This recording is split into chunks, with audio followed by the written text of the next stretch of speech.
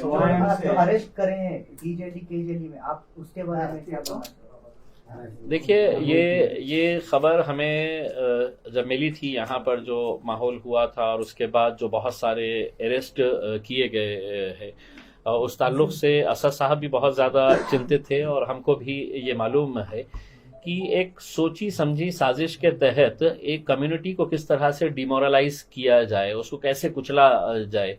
तो ये एक साजिश के तहत ये सब हो रहा है। कानून का किस तरह से दुरुपयोग किया जा रहा है वो उसकी एक जिंदा मिसाल है। कई सारे हमने जो रिपोर्ट्स ली है उसमें ये हमको पता चला है कि कई बेगुनाह बच्चे हैं जिनका कोई लेना देना नहीं है उस वाक़े के उससे।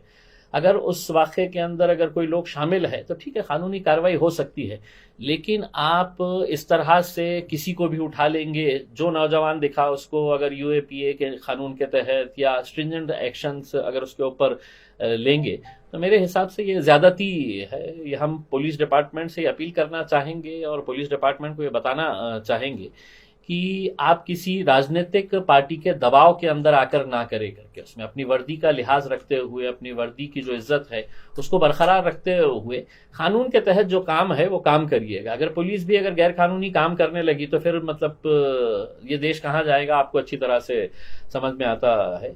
ये बच्चों के ताल्लुक से हमारी जो बैंगलोर की यूनिट है, हमने उनसे कहा है कि इन लोगों को जो भी मदद लगती है, पहले भी इन लोगों ने अपने कानूनी तौर के ऊपर जो केसेस लड़ना है, उनको जो भी कानूनी मदद करने की है वो पार्टी की तरफ से की जाएगी। सर, अभी आगे जो है कॉर्पोरेशन इलेक्शन शहर बेंगलोर में होने वाला है, लेकिन रियासत कर्नाटक में कहीं भी ये आईएमआईएम का कोई जिम्मेदार जीता हुआ अब तक नजर नहीं आया।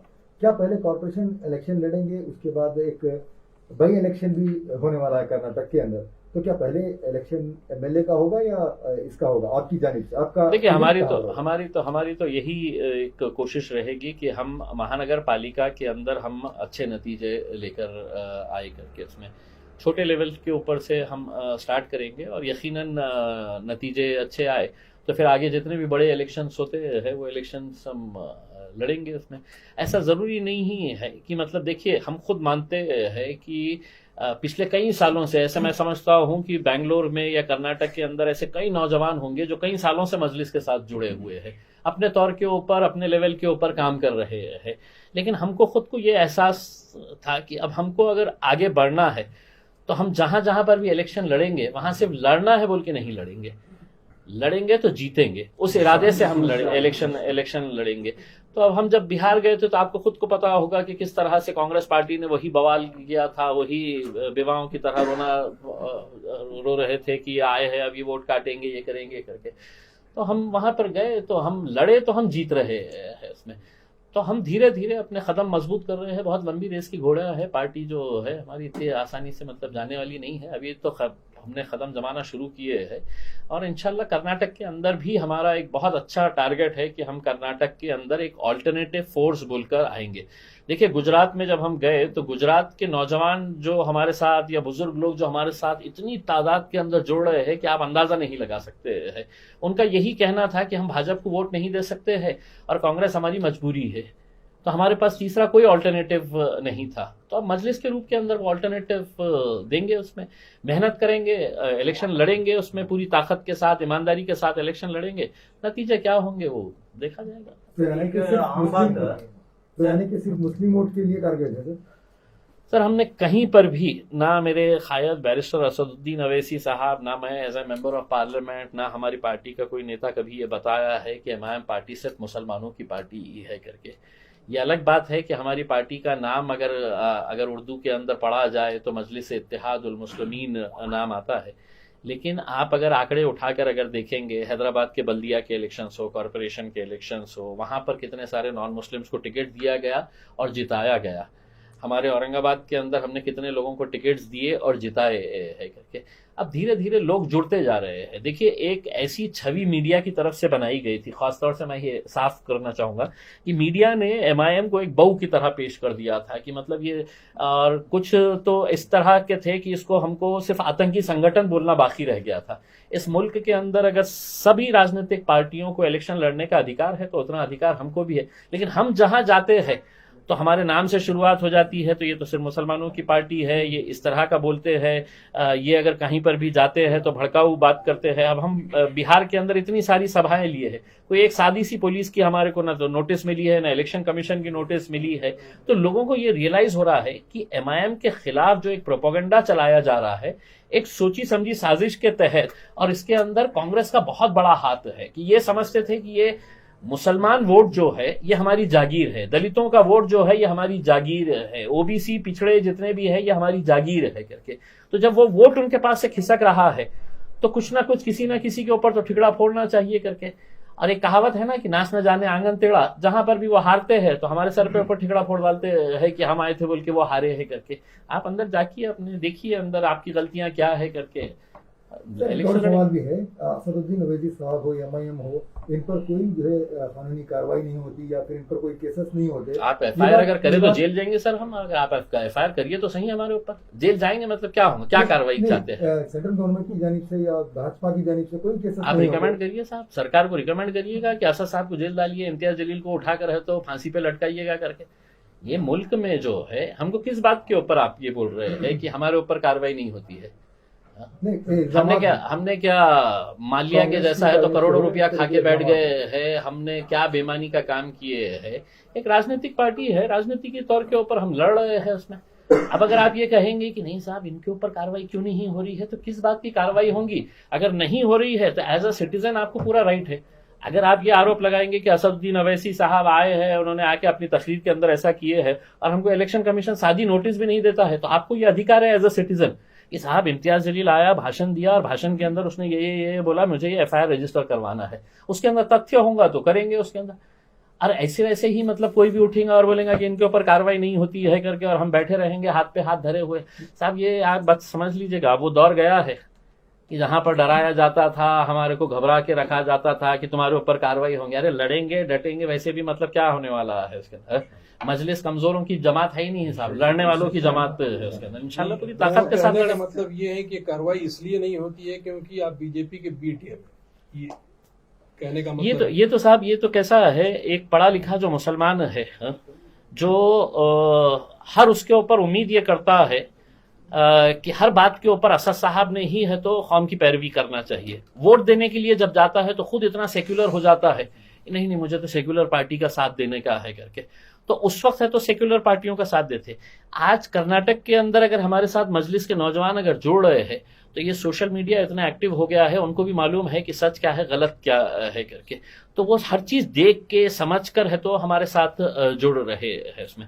अब ये है कि अगर हमारे को आपने ये कहेंगे, मेरा खुद का एग्जाम्पल मैं देता हूं कि अगर हम बीजेपी की बी टीम अगर हमारे को ये जो बार बार बोलते हैं वो अनपढ़ गवार मुसलमान बोल रहे हैं जो खुद है तो कभी वोट डालने के लिए जाते नहीं है, उनका इलेक्शन से कोई लेना देना नहीं है उसके अंदर, लेकिन उम्मीद ये करते हैं कि नहीं साहब कौम के ऊपर इशू, एमआईएम को जगह ही नहीं मिलती साहब। अगर जो सो कॉल्ड सेक्युलर पार्टीज है अगर मुसलमानों के साथ इंसाफ करते, अगर मुसलमानों को जो उनका पॉलिटिकल रिप्रेजेंटेशन होना चाहिए वो रिप्रेजेंटेशन अगर देते, तो आप खुद यहाँ के नौजवान हमको वापस करते थे और कहते थे कि साहब आपको यहाँ पर आने की जरूरत नहीं है, हमारे को ये पार्टी हमारा ख्याल रखती है, ये पार्टी हमारे नुमाइंदों को चुनाकर भेजती है। क्या ये हकीकत नहीं है कि इस मुल्क के अंदर आप पिछले 30 साल का रिकॉर्ड निकाल के देखिएगा कि हर कौम की आबादी बढ़ रही है, उसी तरह से मुसलमानों की भी आबादी बढ़ रही है, लेकिन क्या वजह है कि हर 5 साल के बाद कोई भी इलेक्शन हो, चाहे वो आपका बल्दिया का इलेक्शन हो, चाहे वो एमएलए का इलेक्शन हो या एमपी का इलेक्शन हो, आबादी बढ़ रही है लेकिन आपका political representation of the community जो है वो हर 5 साल घट रहा है। किसी जमाने में हम 35-38 एमपीज हुआ करते थे, उसमें आज हम 15 के ऊपर गए, 15 से 12 के ऊपर आ गए, 11 पे आ गए हैं। असेंबलीज का भी यही हाल है। यानी कि इसका मतलब ये हो गया है कि आप रबर स्टैंप की तरह रहे। और लोग अब इतने तो होशियार हो गए ना, हम बी टीम है, सी टीम है, ए टीम है करके, हमको यही बोल बोल के अल्हम्दुलिल्लाह हमने 5 सीटें बिहार में निकाल ली है। और वो चीखने वाले चिल्लाते रह गए ये बी टीम है, बी टीम है। हमारे 5 नुमाइंदे अल्हम्दुलिल्लाह हमने बिहार की असेंबली के अंदर पहुंचा के आए हैं। सर, बिहार में आपकी जो बड़ी कामयाबी हुई, जो 5 सीटें आपने हासिल की, वहां पे भी लोगों का इल्जाम था कि बीजेपी एमआईएम पार्टी आई आने की वजह से जो है तेजस्वी यादव की पार्टी सत्ता में नहीं आई। खुद तेजस्वी यादव अपनी एक प्रेस कॉन्फ्रेंस के जरिए कहते हैं कि एमआईएम के जरिए से हमें कोई नुकसान नहीं पहुंचा। नहीं देखिए, अब हम ऐसा करने वाले हैं कि हमको जहां पर भी इलेक्शन लड़ने का है तो हम सबसे पहले आएंगे और तेजस्वी यादव से पूछेंगे कि बाबा हम इलेक्शन लड़ना क्या। हम राहुल गांधी से इजाजत लेके आएंगे कि राहुल बाबा हम लड़ना उनका क्या। तो कहना अब है कर्नाटक में आए हैं तो हम येदुरप्पा साहब से जाके पूछेंगे कि साहब हम आना क्या यहाँ पे लड़ने के लिए, आना क्या, बोलिए ना, आप बोले तो लड़ेंगे, नहीं बोले तो नहीं लड़ेंगे। हमारी सियासी जमात उन्होंने है, आपके फेवर में बात की है सर, हमारे- जो कह रहे हैं कि सर हमारे सारी कोई पहुंच ना हमारे को फेवर की जरूरत है आपकी, ना हमारी आपको मुखालिफत क्या करने का है आप करिए। हमारी सियासी जमात है, हमारी सियासी जमात का फैसला बैरिस्टर असदुद्दीन अवैसी साहब करते हैं। अब बाकी जिसको चिल्लाना है कि हमारे आने से क्या हुआ है, 70 सालों तक हमने किसको दिया है वोट? एमआईएम कभी आई थी यहाँ पर? नहीं आई थी ना। उसमें हमने औरंगाबाद में 20 साल तक लगातार है तो हमने किसको वोट देते आए थे? शिवसेना को वोट देते आए थे, वो कांग्रेस को वोट देते आए थे। जितने भी मुसलमान दलित थे कांग्रेस को वोट देते थे, शिवसेना को नहीं देते थे। लेकिन 20 साल से लगातार शिवसेना जीत के आती थी वहां पे। जब मैं खुद खड़े रहा वहां पर इलेक्शन लड़ने के लिए तो फिर कांग्रेस वाले खड़े हो गए, अरे अब तो जीत गया, बोले शिवसेना वाले आराम से जीत गए, बोले अब ये वोट काटने के लिए आ गए, इनका वोट कटेगा, शिवसेना फिर से आराम से जीत जाती, भारतीय जनता पार्टी ने इनको भेजी दी है ये जिताने के लिए। लेकिन हमने उनको बोला कि हमने 20 साल तक तुम्हारे को दिए, तुम्हारे में अब वो ताकत, हिम्मत, कुव्वत रही नहीं जीतने की, अब हम तुमको बताते हैं कि कैसा जीता जाता है करके। और अल्हम्दुलिल्लाह हम जब मैदान में उतरे तो हमने जीत के बताया उनको ये।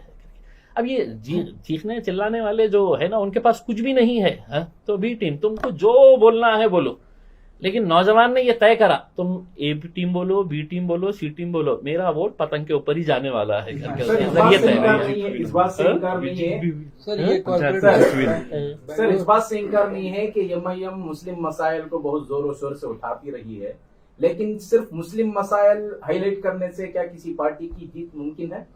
जी बिल्कुल, बहुत अच्छा सवाल है सर कि अगर मुसलमान इस मुल्क के अंदर नहीं रहता है क्या?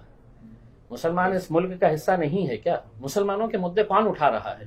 आपकी तो यही उम्मीद थी ना साहब कि मैं तो साहब जेडीएस को वोट देता हूं, मैं तो टीआरएस को वोट देता हूं, मैं तो एनसीपी को वोट देता हूं, मैं कांग्रेस को वोट देता हूं, समाजवादी पार्टी को देता हूं, और ये लोग हैं तो मेरे मुद्दे उठाते हैं। लेकिन वो लोग मुद्दे नहीं उठा रहे हैं, उनको सिर्फ आपके वोट चाहिए, आपके अंदर एक लीडर नहीं चाहिए उनको।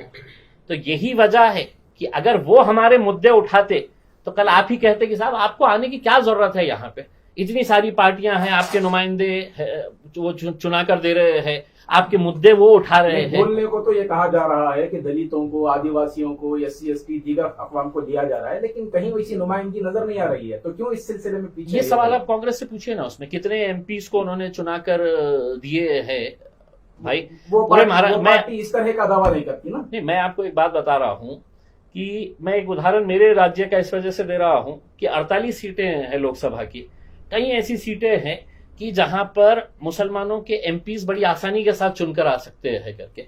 लेकिन यह है कि ना उनको टिकट दो तो जीतने का सवाल ही नहीं पैदा होता, जब हम खड़े रहेंगे तब हम जीतेंगे। अब यही बात हो रही है कि साहब अगर आप इनका रिप्रेजेंटेशन ही खत्म कर डालेंगे, आप इनको टिकट ही देना बंद कर डालेंगे, तो कहां से ये हम जीत कर आएंगे? तो वो टिकट नहीं दे रहे हैं तो अब हम बोले कि नहीं हम देंगे टिकट, आओ हमारे पास आओ, हम देंगे करके। उसमें तुम्हारी आवाज कोई नहीं उठा रहे ना, तो कोई जरूरत नहीं, फिक्र नहीं करो उसके अंदर, इतने साल उनको मौका दिए है, आओ हम आवाज उठाएंगे तुम्हारी। तो अब हम आवाज उठा रहे हैं, लड़ रहे हैं उसमें। अरे इलेक्शन कमीशन की रजिस्टर्ड पार्टी है, पतंग निशानी है, रजिस्टर्ड पतंग निशानी है, उसके ऊपर भी अगर आप बोलेंगे कि नहीं आप इलेक्शन मत लड़ो, आप गोटियां खेलते बैठो, आप पतंग उड़ाते बैठो, यही काम करो, तो कैसा होगा साहब? हमको भी हमारी सियासी जमात चलाने की है, हमको भी हमारे नौजवानों को आगे बढ़ाने का है, हमारे नौजवानों को हम भी चाहते हैं कि वो भी एमएलए बने, एमपी बने, वो भी अपने ऐवानों के अंदर जाए करके। लेकिन नहीं, ऐवानों के अंदर वो जाएंगे, वोट तुमने हमारे को दो सब, हाँ हम जाके बैठेंगे असेंबली के अंदर, पार्लियामेंट के अंदर। और आज नौजवानों को मैं ये बताना चाहता हूं कि तुम्हारे मजहब के फैसले, आपके मजहब के फैसले जो है वो ऐवान के अंदर लिए जा रहे हैं। तो वहां पे क्या है, तो आपने कभी उम्मीद करे है उसमें कि वहां पे आपका कोई लीडर जिसको आपने इतने सालों से वोट देकर आए हैं, वो खड़े रह के बोला कि नहीं साहब इनके शरीयत के कानून के अंदर आप छेड़छाड़ मत करिएगा करके? कभी आपने कहा? बीबीएमपी इलेक्शन आने वाला है, तो क्या एमआईएम किसी से अलायंस करेगी या अपने बलबूते पर इलेक्शन लड़ने का प्लान है? सर देखिए, जो आए बिल्कुल हम उनको स्वागत करेंगे, लेकिन तैयारी तो यही रहेगी कि हम अपने बल के ऊपर किसी पार्टी से कोई अलायंस होने के या बातचीत अभी तो बहुत जल्द ये है, हमारे आने का मकसद यही है कि हम हमारे जो टीम है उनको यही कहना चाह रहे हैं कि अपना काम इस तरह से आगे बढ़ाओ कि हमको किसी के पास जाने की जरूरत ना पड़े, लोग चल कर आए करके। ये ऐसे हालात जो है आप देख रहे हैं, उत्तर प्रदेश के अंदर भी हुए हैं, उत्तर प्रदेश के अंदर अलायंस हुआ है, गुजरात के अंदर हमारी भारतीय ट्राइबल पार्टी छोटू भाई वसावा साहब, कभी आप सोच सकते थे कि गुजरात के अंदर हम जाएंगी और वहां पर एक अलायंस होगा छोटू भाई वसावा की पार्टी के साथ? तो ऐसा हो सकता है कि कर्नाटक के अंदर भी अगर हमारा काम अच्छा रहा, एक ताकत बनकर अगर हम खड़े रहे, तो कहीं आएंगे साहब हमारे साथ।